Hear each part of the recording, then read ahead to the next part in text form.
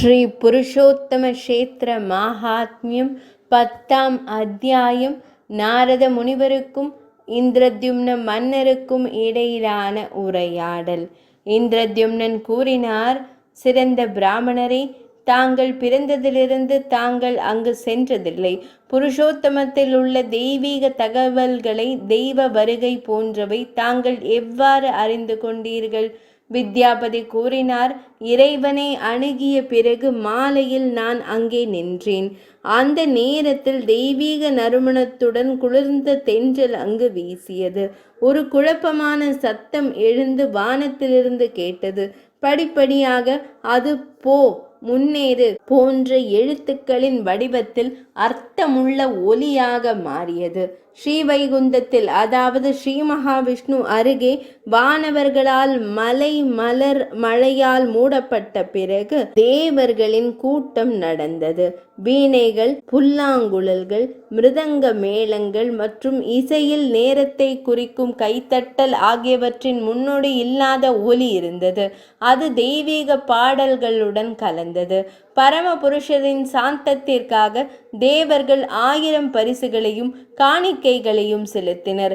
அவர்களில் யாரும் இதற்கு முன்பு மனிதர்களுக்கு தெரிந்ததில்லை.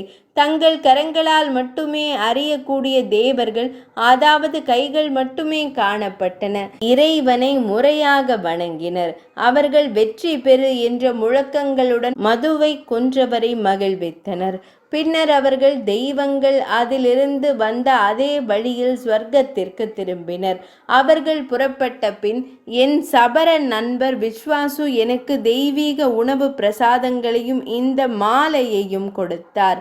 இது விலை மதிப்பற்றது. இது ஒருபோதும் மங்காது. இது செழிப்பு, ராஜ்யம் மற்றும் மகிழ்ச்சியை அளிக்கிறது. இது துரதிருஷ்டங்கள், பாவங்கள் மற்றும் தீய சக்திகளை விரட்டுகிறது. இது தங்களுக்கு பொருத்தமானது என்பதால் இது என்னால் கொண்டு வரப்பட்டது. ஸ்ரீ மகாவிஷ்ணுவின் சிறந்த புனித தலத்தின் நிலையை கேளுங்கள். வேலையில் முன்னோடி இல்லாத திறமை இந்த மகிழ்ச்சியான வடிவத்தில் தெளிவாக தெரிகிறது. இந்த பூமியில் பிறந்த ஒருவரால் போதுமானதாக விவரிக்க முடியாது. இது உங்கள் நல்ல அதிர்ஷ்டம் மற்றும் ஆண்மை காரணமாக காணப்பட்டது. நான் அதை விவரிக்கிறேன். இந்த புனித தலத்தின் மையமாக நீலமலை உள்ளது. இது சுற்றிலும் காடுகள் நிறைந்துள்ளது. அதன் பரப்பளவு 5 குரோஷங்கள், அதாவது 5 பெருக்கல் 3 15 கிலோமீட்டர் என்பது அனைவரும் அறிந்ததே. இது அங்கு தீர்த்தராஜ கடற்கரையில் உள்ளது. இது தங்க மணலால் மூடப்பட்டிருக்கும். மலையின் உச்சியில் ஒரு பெரிய உயரமான ஆலமரம் உள்ளது. அது ஒரு கல்ப காலத்திற்கு அங்கே இருக்க விதிக்கப்பட்டுள்ளது. இது 3 கிலோமீட்டர் வரை நீண்டுள்ளது. இது பழங்கள் மற்றும் மலர்கள் இல்லாமல் உள்ளது, ஆனால் முளைகளால் பிரகாசிக்கிறது. சூரியன் நகரும் போது அதன் நிழல் அசையாது. அதன் மேற்கில் ரோஹிணா என்ற குண்டம் உள்ளது. நீரின் மேற்பரப்பில் இருந்து அது நீலக்கல்லால் ஆன படிகளால் அலங்கரிக்கப்பட்டுள்ளது. அதன் வெளியே உள்ள 4 பக்கங்களும் படிகங்களால் அமைக்கப்பட்டிருக்கின்றன. இது மிகவும் வசீகரமானது மற்றும் பாவங்களை அகற்றும் நீரால் நிரம்பியுள்ளது. கிழக்கு மேடையின் நடுவில் புனித அத்தி மரத்தின் குளிர்ந்த நிழலில் நீல கல் ரத்தினங்களால் ஆன சக்கரத்தையும் கதாயுதத்தையும் ஏந்தியபடி இறைவன் இருக்கிறார். சிலை 81 அங்குலங்கள், சுமார் 2 மீட்டர் அளவிடப்படுகிறது மற்றும் ஒரு தங்க தாமரையின் மீது நிலை நிறுத்தப்பட்டுள்ளது. அவரது நெற்றியின் பகுதி 8வது சந்திர நாளின் பிறை நிலவின் அழகை மிஞ்சியது. அவரது விழிகள் சிரிக்கும் நீல தாமரைகளின் பிரகாசத்தை குறை கூற முயற்சிக்கின்றன. கதிர் சந்திரனால் 3 வகையான துன்பங்களை நீக்குகிறார். அவர் தனது நாசி துவாரங்களால் மிகவும் அழகாக தெரிகிறார். அவை ஒளிரும் எஞ்சினிய பூவை போல் இருக்கும். அவரது உடல் கல்லால் ஆனது என்றாலும் சிறந்த புன்னகை அவரது உதடுகளை நனைக்கிறது, பூவிதழ்களை நனைத்து கொண்டிருக்கிறது. கன்னங்கள் புன்னகையால் பிரகாசிப்பதால் தாடை மற்றும் தாடை எலும்பு மிகவும் அழகாக தெரிகிறது. வாயின் 2 மூலைகளும் உன்னொடி இல்லாத அமைப்பை கொண்டுள்ளன. புன்னகையின் காரணமாக கன்னங்களில் பள்ளங்கள் உருவாகின்றன. கன்னம் மற்றும் வாயின் அற்புதமான மூலைகள் விஸ்வகர்மன் போன்ற பரலோக கைவினைஞர்களுக்கு இறைவன் மாதிரியாக கொண்டுள்ளன. அவரது 2 காதுகளிலும் அதாவது செவிகளிலும் மகர அதாவது மீன் போன்ற வடிவிலான காதணி உள்ளது. இந்த 2 காதணிகளுக்கு இடையே உள்ள முகம் வியாழன் மற்றும் சுக்கிரனுக்கு இடையில் உள்ள முழு நிலவை பார்த்து சிரிக்கிறது. அதாவது இந்த கிரகங்கள் இருபுறமும் இருக்கும். அவரது கழுத்து அலங்காரத்தின் அழகை அதிகரிக்கும். அவரது கழுத்தின் மூலம் அதை பார்ப்பவர்களுக்கு வலது கை சுருட்டைகளுடன் கூடிய சங்கு முத்துக்களை பெற்றெடுத்ததா என்ற சந்தேகத்தை ஏற்படுத்துகிறார். அவரது திருத்தோள்கள் தடிமனாகவும் பெரியதாகவும் உள்ளன. முழங்கால்கள் வரை நன்கு நீண்ட கரங்களை கொண்டுள்ளார். இறைவனின் மார்பின் மேல் வெள்ளை நிற கரையற்ற கழுத்தணிகளால் பிரகாசிக்கிறது. அங்கு அவர் தனது தெய்வீக கௌஸ்துப ரத்தினத்தில் பிரதிபலிக்கும் 14 உலகங்களை வைத்திருக்கிறார். அவர் ஒரு ஆழமான குளம் போல தாழ்ந்த தொப்புளில் நுழையும் ஒரு சிறிய முடிக்கோட்டுடன் அழகாக இருக்கிறார். தொப்புளுக்கு மேலே 3 மடிப்பு தோல் கொண்ட இடுப்பால் அவர் கழுத்தணியை அசையாமல் ஆக்குகிறார். நகைகள் பதித்த இடுப்பு பட்டையுடன் முத்து கழுத்தணியுடன் சிறிய மணிகள் தொங்க விடப்பட்ட நிலையில் இறைவனின் பிட்டம் அனைத்து உலகங்களின் அழகின் இலை கோப்பைகளைப் போல பிரகாசிக்கிறது. இடுப்பு வரை தொங்கும் முத்து கழுத்தணி மற்றும் மஞ்சள் அங்கிகளால் அற்புதமாக உருவாக்கப்பட்ட தூண் போன்ற கன்றுகளின் ஜோடி ரட்சிப்பின் மங்களகரமான அலங்காரங்களை தாங்குகிறது. வட்ட மற்றும் சமச்சீர் முழங்கால்கள் இரத்தின பதிக்கப்பட்ட கணுக்கால் மற்றும் கால்களின் முன்புறம் வரை நீட்டிக்கும் மாலை காரணமாக இறைவனின் 2 பாதங்களும் பிரகாசிக்கின்றன. இறைவன் கழுத்தணிகள், வளையல்கள், கைப்பிடிகள், கிரீடம் போன்றவற்றால் அலங்கரிக்கப்பட்டுள்ளார். கேசவர் சக்கரம், தாமரை, இரும்பு கதாயுதம் மற்றும் சங்கம் ஆகியவற்றை ஏந்தியுள்ளார். அவை சரியான அறிவு, பிரபஞ்ச அகங்காரம், உச்ச மாட்சிமை மற்றும் சப்த பிரம்மம், வேதங்கள் அல்லது ஓங்காரம் அல்லது உச்ச அறிவின் வாய்மொழி வெளிப்பாடு ஆகியவற்றின் வினை பொருட்களாகும். அவர் அனைத்து முக்கிய புள்ளிகளையும் ஒளிரச் செய்கிறார். இவ்வாறு அவர் நீலமலையில் நிறுவப்படுகிறார். பக்தியுடன் அவரை வணங்கி அவரை பார்ப்பதன் மூலம் ஒருவர் உடலின் அடிமைத்தனத்திலிருந்து விடுவிக்கப்படுகிறார். அவரது இடது பக்கத்தை ஆக்கிரமித்துள்ள ஸ்ரீ லக்ஷ்மி தேவி திருக்கரத்தில் தாமரை மலரை ஏந்தியபடி இறைவனால் அரவணைக்கப்படுகிறார். அவள் இறைவனின் முகத்தில் கண்களை நிலை நிறுத்தி வீணை வாசிப்பதில் ஈடுபட்டுள்ளாள். அவள் அனைத்து அழகின் உறைவிடம் மற்றும் அனைத்து அலங்காரங்களாலும் அலங்கரிக்கப்பட்டிருக்கிறாள். பிரபஞ்சத்தின் பெற்றோர்களான அந்த இருவரும் மலையில் நிலை நிறுத்தப்பட்டிருப்பதை கண்டேன். அவர்கள் அமைதியாக இருக்கிறார்கள். தங்கள் புன்னகையுடன் தங்கள் கண்களால் தங்களை பார்ப்பவர்களை ஆசீர்வதிக்கிறார்கள். அவை எல்லா உயிரினங்களையும் ஆசீர்வதிப்பதால் அவை உயிருடன் இருப்பதாக நான் நினைத்தேன். அவற்றின் பின்னால் பல தலைகளை கொண்ட சேஷர் ஒரு குடையை உருவாக்கியுள்ளார். முன்னாள் சக்கரம் அதாவது சுதர்ஷனன் ஒரு உருவக வடிவத்தை எடுத்துக்கொண்டார். அவருக்கு பின்னால் கருடன் பக்தியுடன் இணைந்து திருக்கரங்களுடன் நின்றிருப்பதை கண்டேன். அற்புதமான வடிவமும் இது போன்ற அம்சங்களும் கொண்ட ஸ்ரீயின் அந்த இறைவனை நேரடியாக கண்ட பிறகு என் மனம் கயிறுகளால் இழுக்கப்பட்டது போல் அந்த இடத்திற்கு திரும்புகிறது. பல ஆயிரம் பிறவிகளில் சிறந்த கர்மங்களை பெற்று அவை அனைத்தையும் ஒரே நேரத்தில் பக்குவப்படுத்திய மனிதன் மட்டுமே இறைவனை காண்கிறான். தீர்த்தங்களில் புனித நீராடல்கள், தவங்கள், தானங்கள், கடவுள்களுக்கு பலி கொடுத்தல் மற்றும் பிற புனித சடங்குகள் மூலம் கூட இந்த இயற்கையின் புருஷோத்தமரின் தரிசனத்தை பெற எந்த மனிதனும் தகுதியற்றவன். மேகங்கள் போன்ற மாசுக்கள் இல்லாத வானத்தை போன்ற இருண்ட வடிவத்தை கொண்ட புருஷோத்தமரின் புனித தலத்தில் வசிக்கும் ஸ்ரீ மகாவிஷ்ணுவை தியானிப்பவர்கள் தங்கள் கட்டுக்களை அறுத்து கொள்கிறார்கள். அவர்கள் பின்னர் ஸ்ரீ மகாவிஷ்ணுவின் நகரத்திற்குள் நுழைகிறார்கள். அதை அடைந்த பிறகு யாரும் எந்த துக்கத்தையும் உணரமாட்டார்கள். 18 உலகங்களாலும் ஏற்படும் ஒரு மனிதனின் கர்மங்களில் பல்வேறு வகையான பலன்கள் ஒன்றாக குவிந்தால் அவை ஸ்ரீ மகாவிஷ்ணுவின் தரிசனத்தில் 100ல் 1 பங்கு பேரின்பத்தில் வரை வரலாம். இந்த விஷயத்தில் இன்னும் என்ன கூற வேண்டும்? அரசரே, அந்த புனித தலத்தில் பூமியின் மகத்துவம் என்னவென்றால், ஒரு மனிதனின் மனம் எவ்வளவு ஆசைப்பட்டாலும் நீலமலையின் இறைவனை வணங்கினால் அவன் அவற்றையெல்லாம் அடைவான். இன்னும் அதிகமாக நீலமலையின் இறைவனை யாரால் காண முடியுமோ அவர் மட்டுமே ஒரு கொடையாளர், யாகங்களை செய்பவர், உண்மையை பேசுபவர், பக்தி மற்றும் நீதியான நடத்தை கொண்டவர். அவர் அனைத்து நல்ல குணங்களிலும் அனைத்து பிறப்புகளிலும் மிகச் சிறந்தவர். அரசரே, இந்த மகத்துவத்தை அங்கிருக்கும் பிரபஞ்சத்தின் இறைவனான மாதவரின் உதவியாளர்களிடமிருந்து நான் அறிந்திருக்கிறேன். இந்த சூழலில் பாரம்பரியத்தால் வரும் ஆதிகால படைப்பின் பண்டைய இன்னும் நன்கு அறியப்பட்ட முன்னோடியை நான் கேட்டேன். அதன் பிறகுதான் நான் இங்கு வந்தேன். உங்கள் கட்டளைப்படி நான் அங்கு சென்று ஸ்ரீ புருஷோத்தமரை சந்தித்தேன். எல்லாம் தங்களுக்கு அறிவிக்கப்பட்டுள்ளது. தாங்கள் என்ன செய்ய விரும்புகிறீர்களோ அதை இப்போது செய்யுங்கள். மன்னர் இந்திரத்யும்னன் கூறினார். பாவங்களை போக்கும் இறைவனின் வடிவத்தை பற்றி வார்த்தைகள் நம்பகமானவை. உம்மிடமிருந்து கேட்டதில் நான் திருப்தி அடைகிறேன். மேலும் எனது நோக்கங்கள் நிறைவேறியதாக உணர்கிறேன். புனிதமான தெய்வமே, தெய்வீக நிர்மால்யத்துடன் நான் கொண்டிருந்த தொடர்பால் பல பிறவிகளில் செய்த பாவங்கள் அழிக்கப்பட்டன. இப்போது நான் ஸ்ரீ இறைவனின் தரிசனத்தை விரும்பும் ஒரு நபராகிவிட்டேன். செழிப்பான ராஜ்யத்துடன் நான் முழு மனதுடன் அங்கு செல்வேன். நான் அங்கு வசிப்பேன். நகரங்களையும் கோட்டைகளையும் கட்டுவேன். முரணின் எதிரியை சாந்தப்படுத்த நான் குதிரை யாகம் செய்வேன்.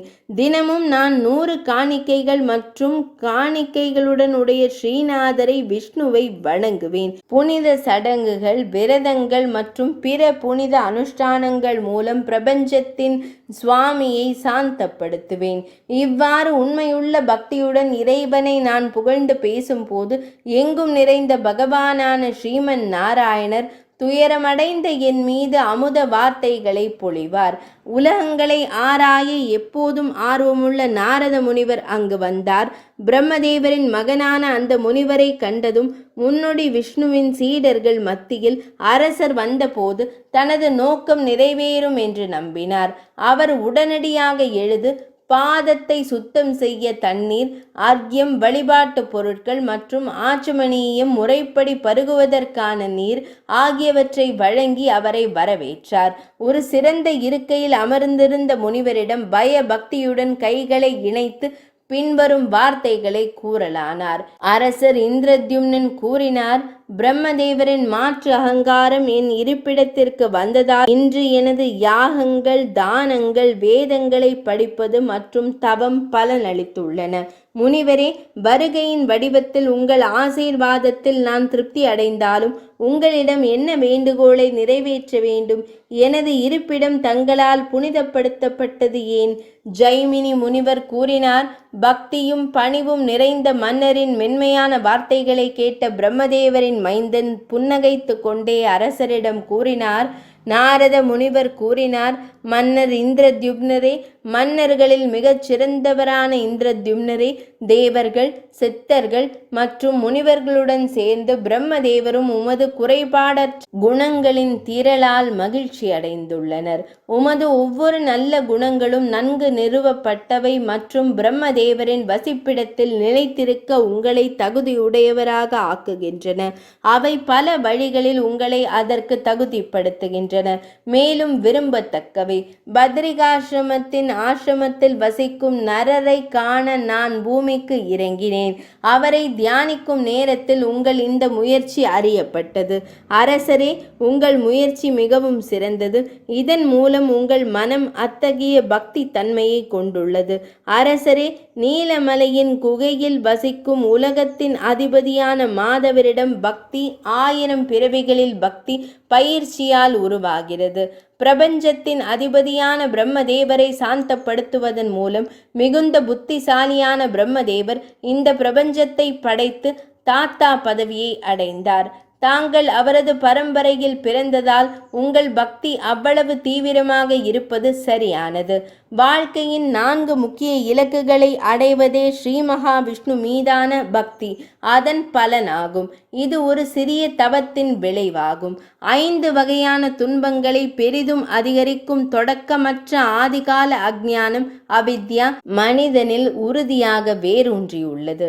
அதை அழிப்பதற்கான ஒரே தீர்வு விஷ்ணு மீதான பக்தி.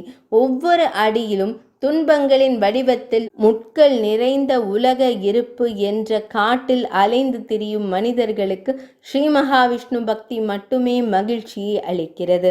துவந்துவர்கள், பரஸ்பரம் எதிர் ஜோடிகள் ஒரு வன்முறை புயல் போல எழும்பி கடக்க கடினமாக இருக்கும் உலக இருப்பு என்ற கடலில் ஆதரவின்றி மூழ்குபவர்களுக்கு ஸ்ரீ மகாவிஷ்ணு பக்தி வேதங்களில் ஒரு படகாக அறிவிக்கப்பட்டுள்ளது. உயர்ந்த மகிமையின் தாயை போன்ற ஸ்ரீ மகாவிஷ்ணு பக்தியை மட்டுமே நாடுவதன் மூலம் நல்லவர்கள் தங்கள் மனதில் திருப்தி அடைகிறார்கள். அவர்கள் ஒருபோதும் எதற்கும் துக்கப்படுவதில்லை. விஷ்ணு பக்தி என்ற அமிர்தத்தை குடிப்பதன் மூலம் மிகவும் மகிழ்ச்சி அடைந்த அந்த உன்னத ஆன்மாக்களுக்கு பிரம்மலோகத்தை அடைவது ஒரு சிறிய நன்மை மட்டுமே. அரசரே, உயிரினங்களின் பெரும் பாவங்கள் 3 வகைகளாகும். ஸ்ரீ மகாவிஷ்ணு பக்தி எனும் பெரும் காட்டு தீயில் அது வெட்டு கிளிகளைப் போல எரிக்கப்படுகிறது. பிரயாகை, கங்கை மற்றும் பிற முக்கியமான தீர்த்தங்கள், தவங்கள், அஸ்வமேதம் அதாவது குதிரை யாகம் அனைத்து யாகங்களிலும் மிகச்சிறந்த ஒன்று. சிறந்த தானங்கள், புனித சடங்குகளை கடைபிடிப்பது, விரதங்கள் போன்றவை ஆயிரக்கணக்கில் இருந்தாலும் இவை அனைத்தும் ஒன்று சேர்ந்து கோடி கோடியாக பெருக்கப்பட்டாலும் அது ஸ்ரீ மகாவிஷ்ணுவின் பக்தியில் 1000ல் 1 பங்கிற்கு சமமாக இருக்காது என்று அறிவிக்கப்படுகிறது. ஜெய்மினி முனிவர் கூறினார். பிராமண முனிவர் விளக்கிய ஸ்ரீ மகாவிஷ்ணு பக்தியின் மகத்துவத்தை பற்றி கேள்விப்பட்ட மன்னர் ஸ்ரீ மகாவிஷ்ணு பக்தியின் சிறப்பு தன்மையை அறிய விரும்பினார். விருந்தோம்பல் வழிமுறைகளை பயன்படுத்துவதில் அறிவு பெற்ற மன்னர் நாரத முனிவரிடம் இந்த வார்த்தைகளை கூறினார். மன்னர் இந்திரத்யும்னன் கூறினார், ஸ்ரீ மகாவிஷ்ணு பக்தியின் மகத்துவத்தை மகா முனிவரே தங்களால் சிறப்பாக விவரிக்கப்பட்டுள்ளது. அதன் வடிவத்தையும் தன்மையையும் அறியும் ஆசை நீண்ட காலமாக என் இதயத்தில் உள்ளது. பக்தியின் சிறப்பை விவரிக்கவும் சிறந்த வைஷ்ணவரே, அதாவது ஸ்ரீ மகாவிஷ்ணு மூர்த்தியை பின்பற்றுபவரே, பூமி முழுவதிலும் அதை விளக்க வேறு யாரும் இருக்க முடியாது. இது எனக்கு தெரியும். நாரத முனிவர் கூறினார். மன்னர் இந்திரத்யும்னரே, நீங்கள் கேட்டது முற்றிலும் ஆரோக்கியமானது. சிறந்த பக்தியின் உண்மையான பண்புகளை நான் உங்களுக்கு உரைக்கிறேன். பக்தியை பற்றி கேட்க தகுதியான அனைத்து நபர்களிலும் தாங்கள் மிகச் சிறந்தவர். இதை ஒருபோதும் தகுதியற்ற ஒருவரிடம், குருடரிடம், உள்ள தூய்மையற்ற ஒருவரிடம் பேசலாகாது. பாவமற்றவரே, இது என்னால் கூறப்படுகிறது. அரசரே, இதை கவனமாக கேளுங்கள். பொதுவாக நித்திய பக்தியையும் குறிப்பாக ஸ்ரீ மகாவிஷ்ணுவின் பக்தியையும் கேளுங்கள். அவர் ஸ்ரீ மகாவிஷ்ணு மட்டுமே முழுமையான மகிழ்ச்சியை கொடுப்பவர் மற்றும் துன்பத் தொடரை உடைப்பவர். யாராவது இவ்வாறு நினைத்து அவரை இறைவனை நாடினால் அது பக்தி என்று அழைக்கப்படுகிறது. இது 3 குணங்களின் படி 3 வகையாகும்.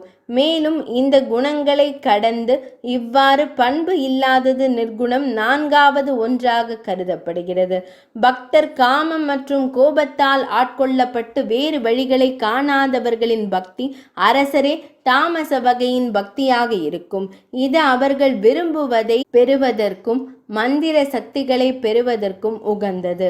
அசாதாரண புகழை பெறுவதற்காகவோ அல்லது ஒரு போட்டியாளரை வெல்வதற்காகவோ அல்லது தற்செயலாக மற்ற உலகங்களின் இன்பத்திற்காகவோ மேற்கொள்ளப்படும் பக்தி ராஜச வகையின் பக்தி என்று அழைக்கப்படுகிறது. உலக இன்ப பொருட்களில் நிலையற்ற தன்மையையும் மற்ற உலகத்தின் ஒப்பீட்டு நிலை தன்மையையும் அறிந்த ஒருவரால் வாழ்க்கையில் ஒருவரின் சொந்த சாதி மற்றும் நிலைக்கு விதிக்கப்பட்ட மத கடமைகளால் விட்டு விடாமல் சுய உணர்தலுக்காக மட்டுமே பக்தியை நாடுபவரால் அது பின்பற்றப்படும் போது அது சாத்வீக வகையை சேர்ந்தது. பிரபஞ்சத்தின் இறைவன் தானே இந்த பிரபஞ்சத்துடன் ஒத்தவர். இந்த பிரபஞ்சத்திற்கு வேறு எந்த காரணமும் இல்லை. நான் அவரிடமிருந்து வேறுபட்டவன் அல்ல. அவர் என்னை விட்டு பிரிந்து வாழ்வதில்லை. அவர் வெளிப்புற குணங்களாலும் துணை பொருட்களாலும் அற்றவர். மிகுந்த அன்பின் மூலம் அவரை உணர வேண்டும். இந்த பக்தி வடிவத்தை அடைவது மிகவும் கடினம். இது முக்திக்கு உகந்தது. இது அத்வைத, அதாவது இரட்டை அல்லாத பக்தி என்று அழைக்கப்படுகிறது. பக்தர்கள் சாத்வீக பக்தி மூலம் பிரம்மனின் வசிப்பிடத்திற்கும், ராஜச பக்தி மூலம் சக்கர ஸ்வர்க்க உலகத்திற்கும் செல்கிறார்கள்.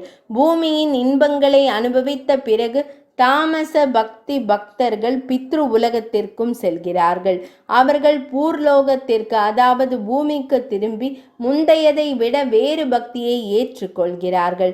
தாமச வகையை சேர்ந்த பக்தர் ராஜச வகையை சேர்ந்தவர், ராஜச வகையை சேர்ந்த ஒருவர் சாத்வீக வகையை சேர்ந்தவர், சாத்வீக வகையை சேர்ந்த பக்தர் இருமையற்ற சிந்தனைக்கு பிறகு விடுதலை பெறுகிறார்.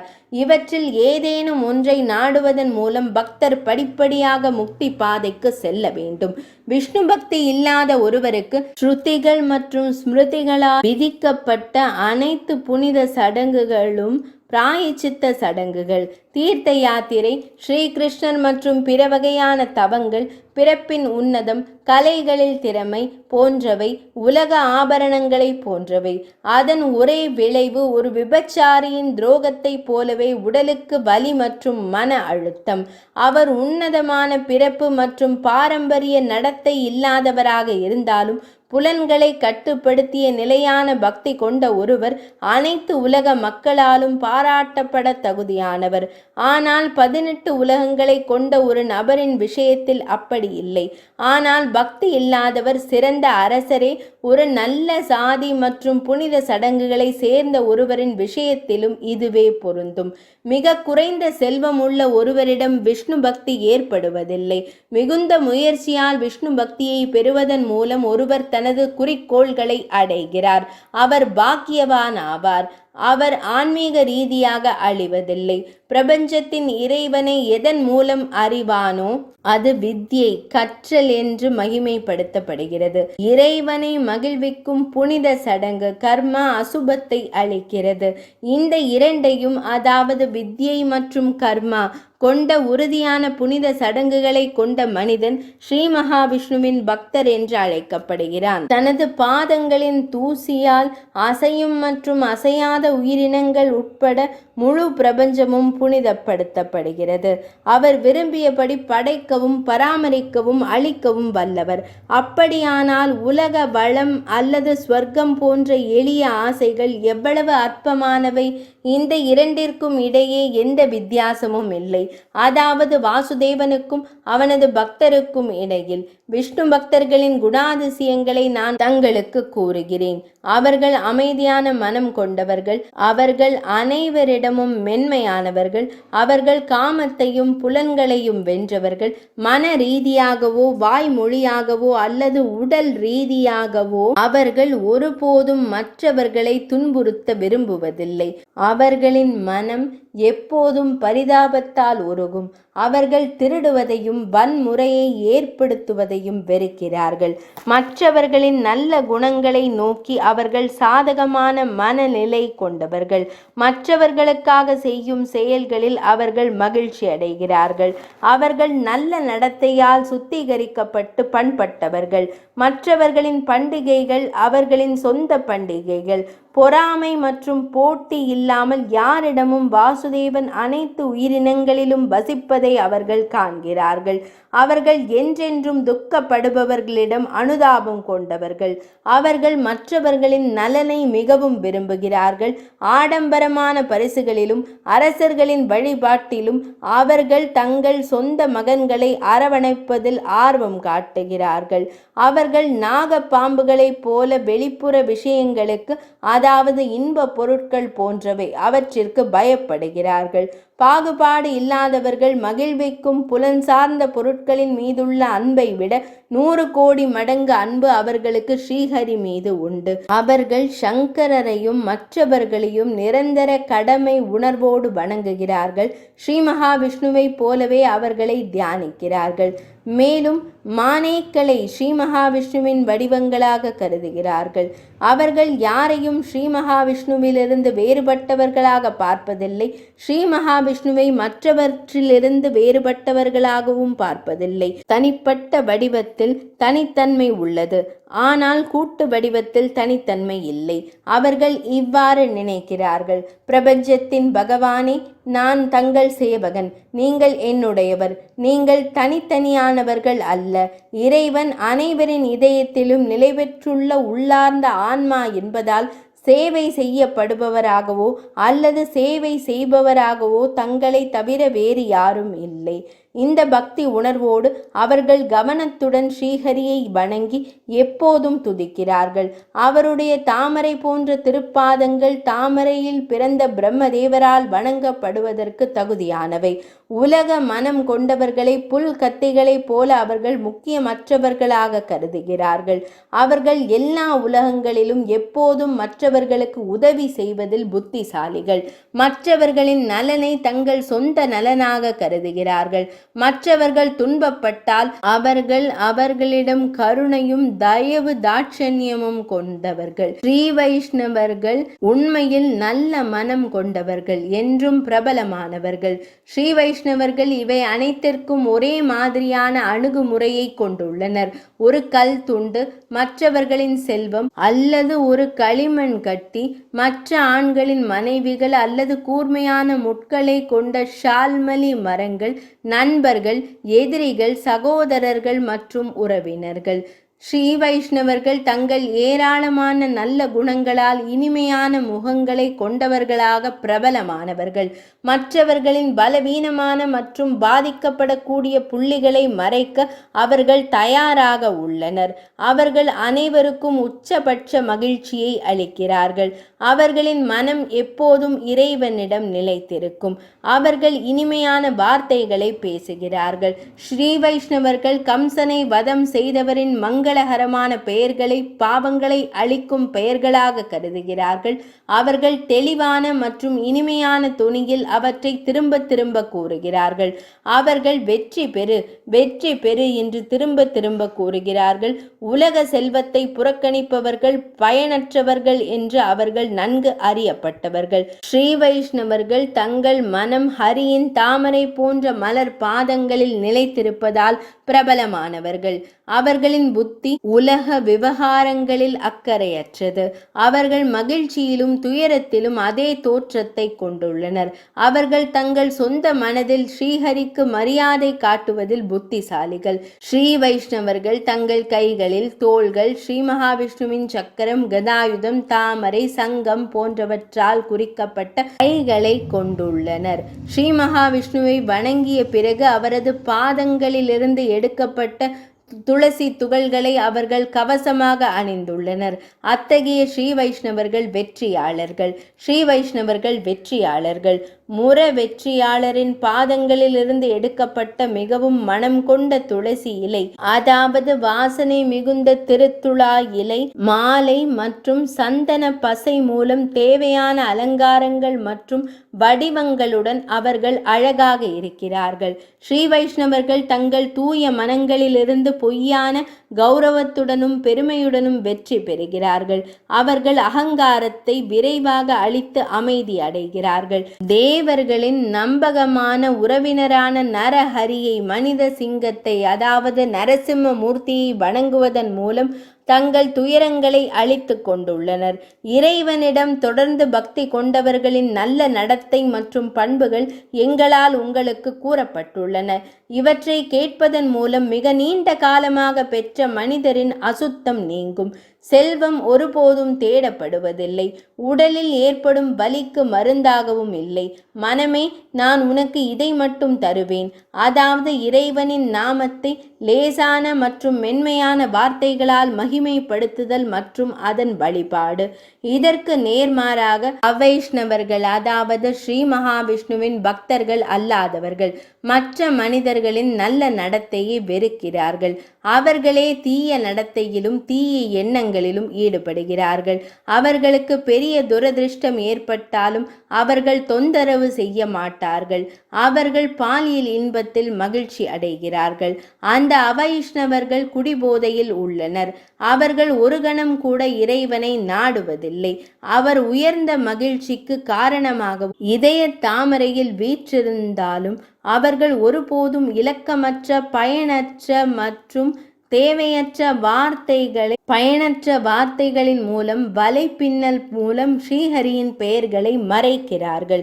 அவர்கள் ஒருபோதும் மற்றவர்களின் இளம் மனைவிகள் மற்றும் ஏழைகள் மீது பேராசை கொண்டவர்கள். அவர்கள் கஞ்சத்தனம் கொண்டவர்கள். எப்போதும் தங்கள் வயிற்றை நிரப்ப நினைப்பார்கள். அவர்கள் எப்போதும் மற்றவர்களின் மகத்துவத்தை பற்றி பொறாமையுடன் நினைக்கிறார்கள். உண்மையில் ஸ்ரீ மகாவிஷ்ணு பக்தி இல்லாதவர்கள் மனித மிருகங்கள். அவர்கள் எப்போதும் இழிவானவர்களின் சகவாசத்தில் பற்று கொண்டவர்கள். அவர்கள் அருவருப்பானவர்கள் மற்றும் மிகவும் கொடூரமானவர்கள். அவர்கள் மற்றவர்களை தாக்கி வன்முறையில் காயப்படுத்துகிறார்கள். அவர்கள் நரஹரியின் பாதங்களை நினைவில் கொள்ள விரும்புவதில்லை. இந்த அழுக்கு மனிதர்களை வெகு தூரத்திலிருந்து ஒதுக்கி வைக்க வேண்டும். 10ஆம் அத்தியாயம் நிறைவடைந்தது.